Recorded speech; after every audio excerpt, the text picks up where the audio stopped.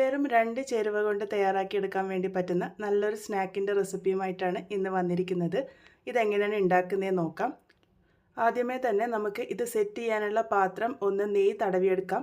ഇത് അവസാനത്തേക്ക് വെച്ച് കഴിഞ്ഞാൽ നമുക്ക് സമയം കിട്ടില്ല. അപ്പോൾ ഏത് പാത്രത്തിലാണോ സെറ്റ് ചെയ്യാൻ ഉദ്ദേശിക്കുന്നത് ആ ഒരു പാത്രം നന്നായിട്ട് നെയ്യ് തടവിയെടുക്കുക. അരികുകളൊക്കെ നെയ്യ് തടവിയെടുക്കാൻ വേണ്ടിയിട്ട് ശ്രദ്ധിക്കുക. ഇനി നമുക്കിത് എങ്ങനെയാണ് ഉണ്ടാക്കുന്നത് നോക്കാം. ഇതിനായിട്ട് ഞാനിവിടെ ഉപയോഗിച്ചിരിക്കുന്നത് പൊരിയാണ്. ഞാനിവിടെ ഒരു വലിയ പാനിലേക്ക് 3 കപ്പ് അളവ് പൊരിയാണ് എടുത്തിരിക്കുന്നത്.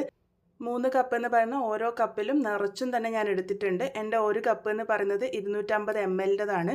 ഇതാദ്യം ഏറ്റവും ലോ ഫ്ലെയിമിൽ വെച്ചിട്ട് ഒന്ന് നന്നായിട്ട് റോസ്റ്റ് ചെയ്തെടുക്കാം.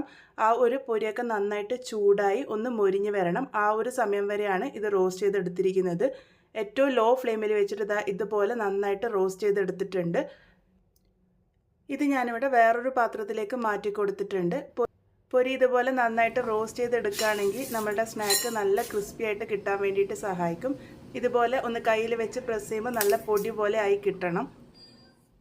ഇനി ഇതിലേക്ക് ആവശ്യമായിട്ടുള്ളത് ശർക്കരയാണ്. ഞാനിവിടെ ഒരു പാനിലേക്ക് 1 കപ്പ് അളവ് ശർക്കരയാണ് എടുത്തിരിക്കുന്നത്. 1 കപ്പ് മുഴുവനായിട്ടും എടുത്തിട്ടില്ല, കുറച്ചാണ് എടുത്തിരിക്കുന്നത്. ഇതിലേക്ക് 1/4 കപ്പ് അളവ് വെള്ളം ഒഴിച്ചിട്ട് ശർക്കര പാനിയാക്കാൻ വേണ്ടി വയ്ക്കാം.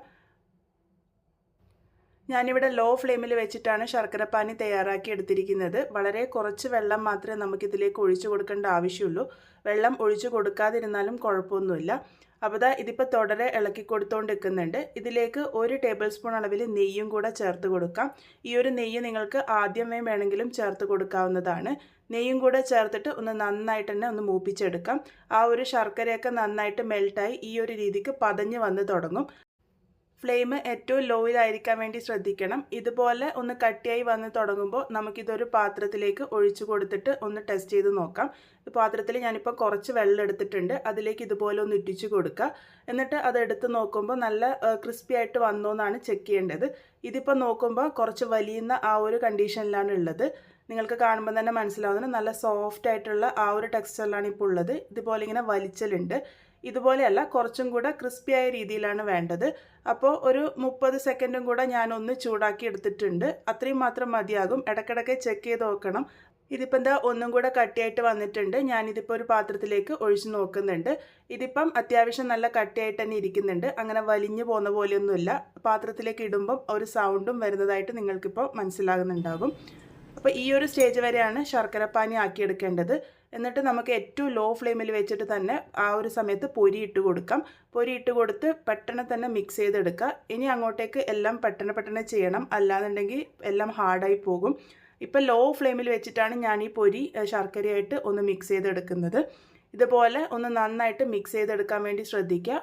ഇനി നമുക്ക് ഫ്ലെയിം ഓഫ് ചെയ്യാം. ഫ്ലെയിം ഓഫ് ചെയ്തിട്ട് എല്ലാ ഭാഗത്തേക്കും ശർക്കര നന്നായിട്ട് പിടിക്കുന്ന രീതിക്ക് ഇതുപോലെ ഒന്ന് മിക്സ് ചെയ്തെടുക്കുന്നുണ്ട്.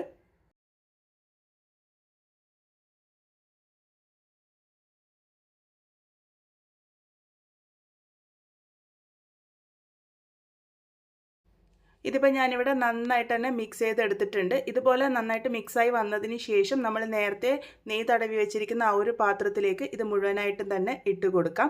ഇട്ട് കൊടുത്തിട്ട് അപ്പം തന്നെ നന്നായിട്ട് ലെവൽ ചെയ്തെടുക്കാം. ഈ ഒരു സ്പാറ്റില ആയതുകൊണ്ട് തന്നെ നമുക്ക് നെയ്യ് തടവേണ്ട ആവശ്യമില്ല. അത് ഒട്ടും തന്നെ പറ്റിപ്പിടിക്കൊന്നുമില്ല. നിങ്ങൾ സാധാരണ സ്റ്റീലിൻ്റെ സ്പൂണൊക്കെയാണ് ഉപയോഗിക്കുന്നുണ്ടെങ്കിൽ അതിൽ കുറച്ച് നെയ്യൊന്ന് തടവിയിട്ട് വേണം ഇതുപോലെ ലെവൽ ചെയ്തെടുക്കാൻ വേണ്ടിയിട്ട്. അപ്പോൾ ഇതുപോലെ നന്നായിട്ടൊന്ന് സെറ്റ് ചെയ്തെടുക്കുന്നുണ്ട്.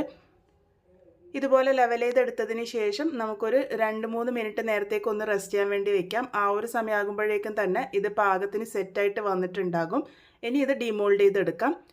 നമ്മളിന്ന് തയ്യാറാക്കിയിരിക്കുന്നത് പൊരിയും ശർക്കരയൊക്കെ ഉപയോഗിച്ചുള്ള നമ്മൾ സാധാരണ ഉണ്ട പോലെ ഉണ്ടാക്കും. പക്ഷേ ഇതിപ്പോൾ കൈയൊന്നും പൊള്ളാതെ വളരെ എളുപ്പത്തിൽ നമുക്ക് സെറ്റ് ചെയ്തെടുക്കാൻ വേണ്ടി പറ്റുന്ന രീതിയിലാണ് തയ്യാറാക്കിയിരിക്കുന്നത്. ഈ ഒരു രീതിക്കും നമുക്കിത് തയ്യാറാക്കിയെടുക്കാൻ വേണ്ടി പറ്റും. നമ്മൾ ഉണ്ടയൊക്കെ ആക്കുമ്പോൾ കൈയൊക്കെ പൊതുവെ പൊള്ളിപ്പോവാറൊക്കെ ഉണ്ട്. ഇതിപ്പോൾ ആ ഒരു ബുദ്ധിമുട്ടൊന്നുമില്ല. വളരെ സിമ്പിളായിട്ട് നമുക്ക് തയ്യാറാക്കിയെടുക്കാൻ വേണ്ടി പറ്റും. നല്ല ക്രിസ്പി ആയിട്ടാണ് നമ്മളുടെ ഈ ഒരു പലഹാരം ഇരിക്കുക. എല്ലാവരും എന്തായാലും ട്രൈ ചെയ്ത് നോക്കൂ. എല്ലാവർക്കും ഒരുപോലെ ഇഷ്ടമാവുന്ന ഈ ഒരു പലഹാരം ട്രൈ ചെയ്തതിന് ശേഷം ഫീഡ്ബാക്സ് ഒക്കെ പറയാൻ മറക്കരുത്. വീണ്ടും ഒരു നല്ല റെസിപ്പിയുമായി കാണാം.